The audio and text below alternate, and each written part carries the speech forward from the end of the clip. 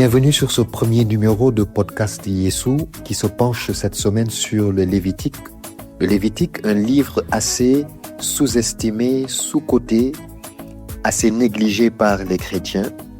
Après une lecture parfois enthousiaste et enthousiasmante de la Genèse et de l'Exode, on trouve souvent les disciples de Jésus à l'arrêt, à l'abandon, lorsqu'il s'agit de la lecture du livre de Lévitique, où on peut retrouver parfois des pages assez blanches, pour ne pas dire vierges, dans leur Bible. Je trouve assez dommage, assez lamentable de glisser sur ce beau livre, sur ce magnifique livre, parce qu'il a tellement à apprendre en ce qui concerne la culture africaine, en ce qui concerne même la religion, et parfois même le cérémoniel et la tradition africaine.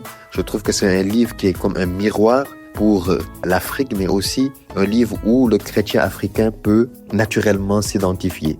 Se priver du Lévitique, donc, c'est se priver d'une immense richesse spirituelle incommensurable de l'Écriture. C'est se priver d'une notion essentielle et fondamentale de l'Écriture qui consiste aux offrandes et aux sacrifices. Pour rappel, le Lévitique, c'est le livre du culte, c'est le livre de l'intimité avec Dieu, c'est le livre du sacrifice, de l'offrande, c'est le livre de la relation, de la proximité, l'invitation de Dieu à ce que l'homme se rapproche de lui et retrouve sa communion parfaite perdue en Éden. Se priver donc du Lévitique, c'est se priver presque d'une relation, d'une invitation, d'un rendez-vous avec le Seigneur. En Lévitique chapitre 1, verset 1 à 2, la parole de Dieu nous dit que l'Éternel appela Moïse de la tente d'assignation. Il lui parla et lui dit: parle aux enfants d'Israël et dis-leur, lorsque quelqu'un d'entre vous fera une offrande à l'Éternel, il offrira du bétail, du gros ou du menu bétail. Lorsque quelqu'un d'entre vous fera une offrande à l'Éternel. Ce verset nous rappelle que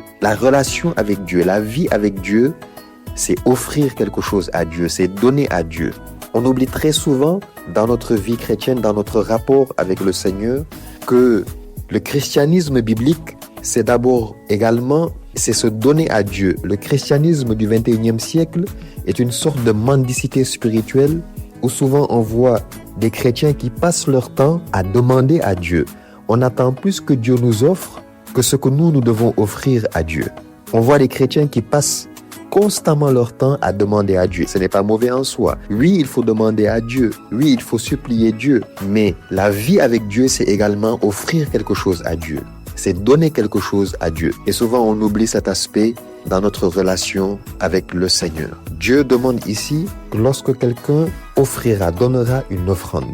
L'apôtre Paul nous rappelle qu'aujourd'hui, dans cette ère où nous sommes, dans cette nouvelle alliance, en Romains 12, que nous devons offrir nos corps comme un sacrifice vivant et saint sous l'autel du Seigneur. Dieu attend que nous offrons nos corps spirituels comme des victimes. Mais dans ce podcast, la question pour nous cette semaine, c'est de savoir qu'est-ce que je dois donner à Dieu aujourd'hui. Parce que peut-être que depuis longtemps, je suis autant préoccupé par ce que Dieu doit me donner, par ce que Dieu doit m'offrir, plutôt que par moi ce que je dois donner au Seigneur. Qu'est-ce que je dois offrir à Dieu? Qu'est-ce que Dieu veut que je lui offre, que je lui consacre, afin que sa personne prenne plus de place et d'espace en moi pour pouvoir agir à la gloire de son nom. Lorsque quelqu'un d'entre vous fera une offrande, que Dieu nous donne le cœur, la volonté, le désir de lui offrir davantage de nous, pour que lui, il ait davantage sa place en tant que Seigneur dans nos vies. En Jésus-Christ et pour Jésus-Christ seul. Amen.